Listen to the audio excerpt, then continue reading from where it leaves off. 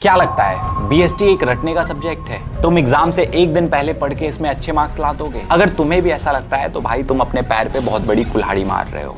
BST कोई boring या रटने का सब्जेक्ट नहीं है। बीएसटी को अगर सही स्ट्रैटेजी, प्रैक्टिकल अप्रोच से पढ़ा जाए तो बीएसटी में 90+ मार्क्स स्कोर करना ऐसे चुटकी बजाने का खेल है। आज मैं तुम्हें एक बीएसटी का अल्टीमेट रोड मैप दूंगा जो अगर तुमने फॉलो करा तो गारंटी है कि आपके 90% मार्क्स आएंगे। तो चलो फटाफट पहले हम अपना सिलेबस देख लेते हैं। हमारा जो सिलेबस है उसमें पार्ट 1 आता है जो कि 50 मार्क्स का होता है, जिसमें हम पूरी मैनेजमेंट की कहानी देखते हैं। मेजरली इसमें हम planning, organizing, directing, controlling, staffing, ठीक है, ये वाला पार्ट देखते हैं कि मैनेजमेंट को कैसे रन करा जाता है। और पार्ट 2 जो आता है वो पर्सनली मेरा फेवरेट है, पार्ट 2 जो कि 30 मार्क्स का आता है, जिसमें हम मार्केटिंग, फाइनेंस और इन सब के बारे में जानते हैं। बेटा स्ट्रैटेजी पे मूव करने से पहले हम क्या करते हैं, थोड़ा सा अपने सिलेबस को डिस्कवर कर लेते हैं।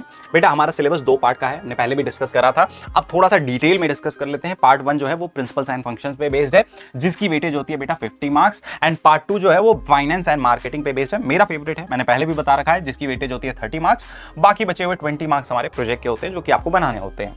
तो अब इनको थोड़ा सा और डिटेल में डिस्कस करते हैं। जैसे पार्ट 1 में हमारे जो चैप्टर है, सबसे पहला चैप्टर क्या है, nature and significance of management. इसमें ना मैनेजमेंट के नेचर के बारे में डिस्कशन होता है कि मैनेजमेंट क्या साइंस है, क्या प्रोफेशन है, क्या आर्ट्स है, ठीक है। और सिग्निफिकेंस का मतलब क्या है, इसकी इंपॉर्टेंस बताई जाती है, इसके फीचर्स बताए जाते हैं, ये फर्स्ट चैप्टर में डिस्कस होता है। सेकंड चैप्टर में हमारा आता है प्रिंसिपल ऑफ मैनेजमेंट। मैनेजमेंट के ना कुछ जनरल प्रिंसिपल्स हैं, वो प्रिंसिपल्स हमें मैनेज करने में चीजों को बहुत हेल्प करते हैं, तो वो प्रिंसिपल्स आपको पढ़ाए जाते हैं। देन उसके बाद थर्ड नंबर पे आता है बिजनेस एनवायरनमेंट। कुछ चीजें ऐसी होती हैं जो बिजनेस के कंट्रोल में नहीं होती, ठीक है, जिनको बिजनेस कंट्रोल नहीं कर पाता, तो उन चीजों से कैसे फायदा उठाया जा सके और उससे होने वाले जो भी नुकसान है उनको कैसे बैलेंस करा जा सके, वो बिजनेस एनवायरनमेंट में हमें सिखाया जाता है, ठीक है। जैसे एग्जांपल के लिए ट्रंप ने टैरिफ लगा दी, ठीक है, ये सिर्फ नुकसान नहीं है, इससे हम कुछ फायदे भी ले सकते हैं, कुछ नुकसान, ठीक है, जो नुकसान होगा वो तो होगा ही होगा, लेकिन कुछ फायदे भी हम उठा सकते हैं, वो चीज इसमें आती है बिजनेस एनवायरनमेंट में।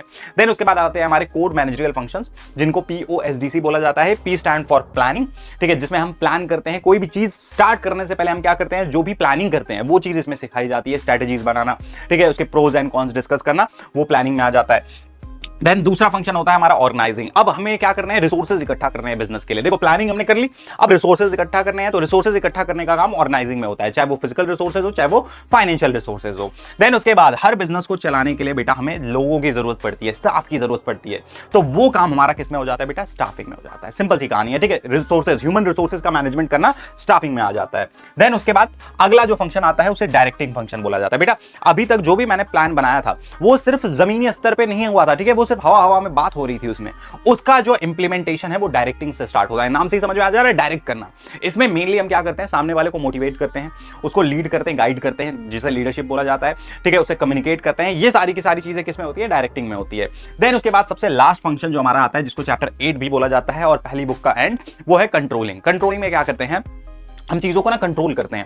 जो भी हमने टारगेट्स बनाए हैं, ठीक है, जो भी हमने स्टैंडर्ड सेट करे थे, गोल सेट करे थे, और जो हमारा एक्चुअल रिजल्ट आया, दोनों को कंपेयर करके देखते हैं कि क्या हम सही डायरेक्शन में जा रहे हैं। अगर हम सही डायरेक्शन में जा रहे होते हैं तो उसे जाने देते हैं, लेकिन अगर कोई भी गलती हो रही होती है तो उस गलती को इंप्रूव करना, ये हमारा किसमें आता है बेटा, कंट्रोलिंग में आता है। एंड इसी के साथ ये हमारा पहला पार्ट क्या हो जाता है, खत्म हो जाता है। देन उसके बाद हमारा पार्ट B स्टार्ट होता है, जो कि बिजनेस, फाइनेंस एंड मार्केटिंग पे बेस्ड है, जिसमें 3 चैप्टर मेनली हमारे हैं।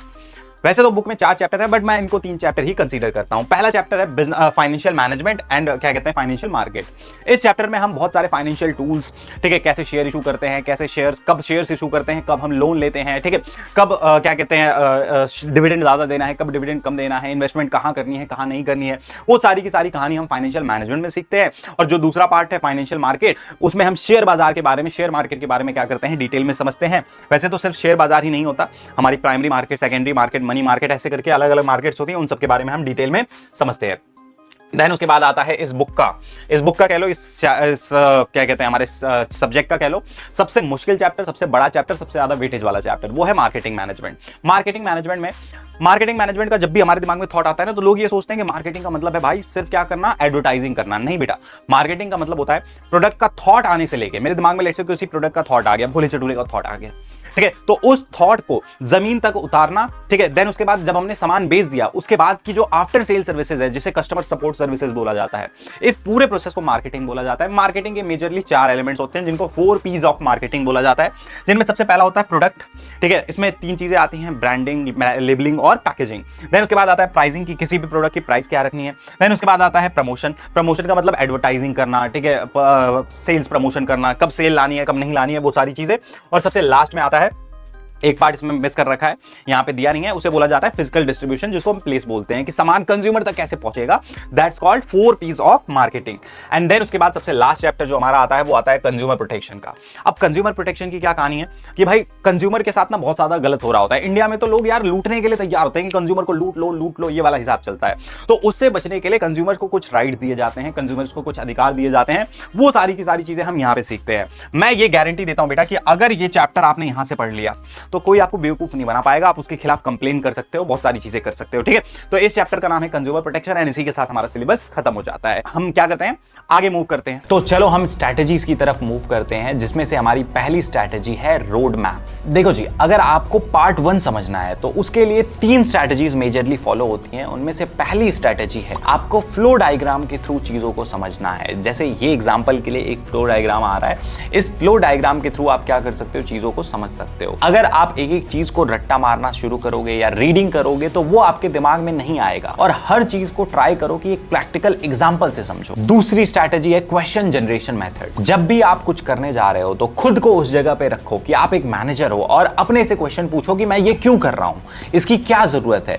आपको मोस्टली बीएसटी के आंसर अपने आप ही मिल जाएंगे। थर्ड स्ट्रैटेजी, हर कॉन्सेप्ट के लिए एक टैगलाइन रख लो। जैसे एग्जांपल के लिए मेरा प्लानिंग को लेके एक टैगलाइन है गोवा का प्लान। ये आपको क्लास में समझ में आएगा कि गोवा के प्लान से कैसे हम प्लानिंग को पूरा समझते हैं, बट गोवा का प्लान आते ही मेरे दिमाग में पूरा प्लानिंग चैप्टर अपने आप ही आ जाता है। ये जो छोटी छोटी सी टैगलाइंस है, आपको लग रहा होगा क्या चाइल्डिश सी चीज है, बट ये आपको एग्जाम प्रेशर में बहुत ज्यादा हेल्प करे। अब आते हैं पार्ट 2 पे। पार्ट 2 बेटा एज अ स्टूडेंट आप समझने की कोशिश करोगे तो कभी आपको समझ नहीं आएगा। आप खुद को एज अ सीईओ समझो कि भाई कब मुझे डिस्काउंट देना है, कब मुझे डिविडेंड देना है, कब मुझे शेयर मार्केट में पैसा उठाना है, शेयर मार्केट में पैसा लगाना है, या मुझे लोन लेके आना है। इन सारी चीजों को अगर आप फॉलो करोगे तो सेकंड पार्ट आपको ऐसा एकदम इजी लगने लग जाएगा, और अगर ये चीज आपने नहीं करी तो ऑब्वियसली सेकंड पार्ट आपके लिए बहुत मुश्किल हो जाएगा। जाने से पहले तुम्हारे लिए एक डेली टास्क है जिसको तुम्हें फॉलो करना है। अगर तुमने ये डेली टास्क फॉलो करा तो मैं गारंटी देता हूं कि 90+ लाने से आपको कोई नहीं रोक पाएगा। नंबर 1, एनसीईआरटी की डेफिनेशन और कीवर्ड्स कभी भी स्किप नहीं करने हैं, उनको फॉलो करना ही करना है। अगर उनको फॉलो नहीं करोगे तो मार्क्स में बहुत ज्यादा फर्क आ जाएगा। हर हफ्ते कम से कम 2-3 केस स्टडीज, जो भी आपने चैप्टर पढ़े हैं उनकी 2-3 केस स्टडीज सॉल्व करो। ये बोर्ड की बैकबोन है। बोर्ड में बहुत ज्यादा क्वेश्चंस केस स्टडीज से आते हैं। क्विक रिवीजन के लिए हर चैप्टर के माइंड मैप से रिवीजन करो। आप पूरा चैप्टर पढ़ने बैठोगे तो बहुत ज्यादा टाइम वेस्ट होगा और रिवीजन भी नहीं कर पाओगे, तो इसलिए हर चैप्टर के माइंड मैप बना के रखो, एक ही पेज में पूरा कॉन्सेप्ट। और जाने से पहले एक बोनस टिप, जैसे ही आपको लगता है कि आपने रफली 80% सिलेबस कवर कर लिया है तो आप मॉक टेस्ट देना स्टार्ट कर दो। खुद ही एक ऐसा एनवायरनमेंट बना के कि 3 घंटे में आप एग्जाम हॉल में बैठे हो और उसी के अकॉर्डिंग पेपर दे रहे हो, जो कि आपके एग्जाम प्रेशर को एकदम खत्म कर देगा। आपको हैबिट हो जाएगी एग्जाम्स देने की। अगर तुम 100 स्कोर करने के लिए तैयार हो तो इस वीडियो के कमेंट में लिख दो माई टारगेट इज 100, और शेयर करो इस वीडियो को अपने उन दोस्तों को जिनको बहुत ज्यादा जरूरत है या जिनको बीएसटी बहुत बोरिंग लगती है, उनको समझ नहीं आता है कि बीएसटी में क्या करा जाए। और मैं आपसे मिलता हूं कॉमर्स एंड फन की अगली वीडियो में।